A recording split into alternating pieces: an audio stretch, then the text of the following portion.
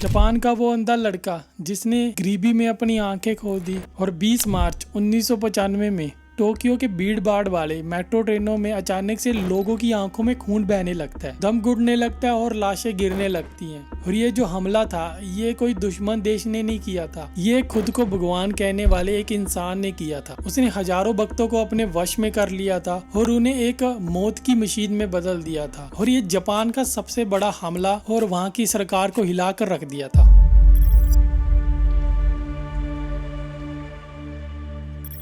साल 1955 जापान के कोमामोटो में एक गरीब परिवार में बच्चा पैदा होता है और उसका नाम था शिजुओ मात्सुमोटो। वो जन्मजात से ही पार्शली ब्लाइंड होता है, यानी उसको देखने में काफ़ी परेशानी होती है। उसकी बाईं आंख से पूरी तरह अंधापन होता है और उसकी जो दाईं आंख होती है उसमें से भी उसको कम दिखता होता है। इसलिए उसको एक स्पेशल स्कूल में भेजा जाता है। वहाँ पढ़ते हुए उसने दूसरों पर हावी होना और छोटे बच्चों को डराना और अपनी बात को मनवाना सीख लिया था। और वो पढ़ाई भी कंप्लीट नहीं कर पाया क्योंकि उसका जो परिवार था वो काफ़ी गरीब परिवार था, क्योंकि वो उस स्कूल की फीस नहीं भर पा रहे होते। बचपन से ही उसमें दूसरों को कंट्रोल करने की चाह थी और वो धीरे धीरे अजीब तरह के ध्यान और योग में रुचि लेने लगा था। और बड़े होकर उसने खुद को आध्यात्मिक गुरु कहकर लोगों को अपने पास खींचना शुरू कर दिया था। आध्यात्मिक मतलब उसने अपने आप को भगवान जैसा दिखाया और लोगों को अपने पास खींचने पे मजबूर किया और लोग उसकी बातों में आकर उसके पास आने लगे थे। साल 1987 में उसने एक नया धार्मिक पंथ बनाया और नाम रखा उसका ओम शिनरिक्यो, और जिसका मतलब है अंतिम सत्य। उसने बौद्ध, हिंदू और ईसाई के कुछ हिस्सों को मिलाकर एक नई आध्यात्मिक थ्योरी बनाई। वो खुद को शिव का अवतार और मसीहा और दुनिया को बचाने वाला बताने लगा था। और धीरे धीरे उसके हजारों भक्त बन गए थे, जिनमें पढ़े लिखे साइंटिस्ट और इंजीनियर भी शामिल थे।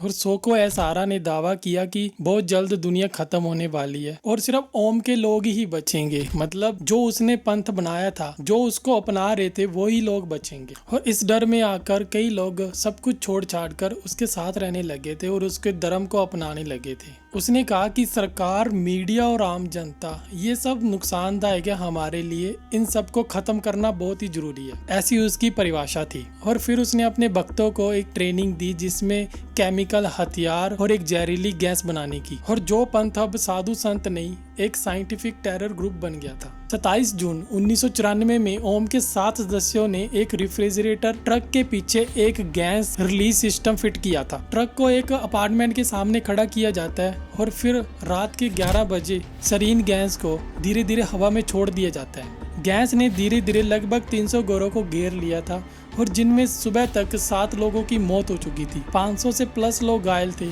जिनमें सांस लेने की तकलीफ, आंखों से खून आना और कुछ लक्षण लकवा के भी थे। मरने वालों में से एक महिला भी थी जो सिर्फ एक खिड़की के दरवाजे पर खड़ी हुई थी। ओम के पास पहले ही केमिकल लैब थी और जहां वो सरीन और वीएक्स अन्य केमिकल बना रहे थे और पुलिस को इसकी भनक भी नहीं लगी थी। और जो दूसरा हमला हुआ तो वो 20 मार्च 1995 में ओम के जो शिनरिकियां होते हैं वो 5 मेट्रो स्टेशन लाइन पर अलग अलग जाते हैं। और ये जो मेट्रो स्टेशन थे ये टोक्यो के सबसे व्यस्त मेट्रो स्टेशन में से थे। और उन्होंने प्लास्टिक बैग में लिक्विड सरीन गैस भरी हुई थी और उसमें वो छेद कर देते हैं छतरी की एक नुकीली धार से, जिससे वो गैस जो होती है वो लीक होने लगती है। इसमें जो पहला मेट्रो स्टेशन था वो चियोडा लाइन था, जो कि एक सरकारी मंत्रालयों का इलाका था। और जो दूसरा मेट्रो स्टेशन था वो मारोनोची लाइन था, जिनमें 2 मेट्रो को निशाना बनाया गया था। और फिर वो तीसरा जो मेट्रो स्टेशन आता है वो हिबिया लाइन था, इसमें भी 2 मेट्रो को निशाना बनाया गया था, ट्रेन डी और ट्रेन ई। और ये जो 4 मेट्रो लाइन थी ये सबसे व्यस्त मेट्रो लाइन थी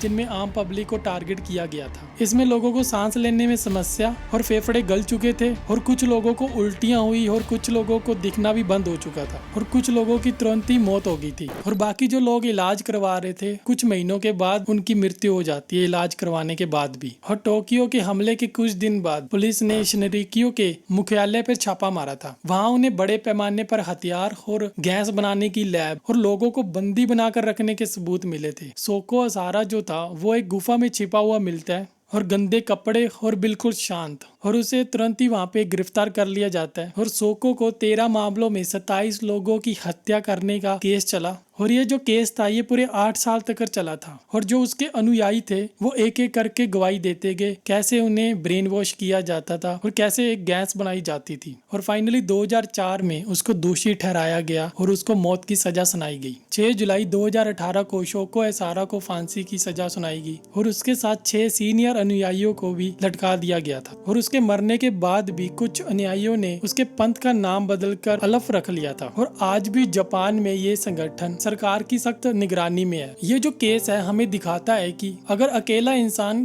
करिश्माई हो तो हजारों लोगों को पागलपन की ओर लेके जा सकता है। धर्म के नाम पर अगर आंख मूंद कर अगर किसी को फॉलो किया जाए तो वो कहाँ ले जाएगा, इसका अंदाजा नहीं लगता। साइंस और आस्था का गलत मेल कितना विनाशकारी हो सकता है ये शोको एसारा ने दिखा दिया है। तो मिलते हैं फिर आपको एक ऐसी केस को लेकर नेक्स्ट वीडियो में।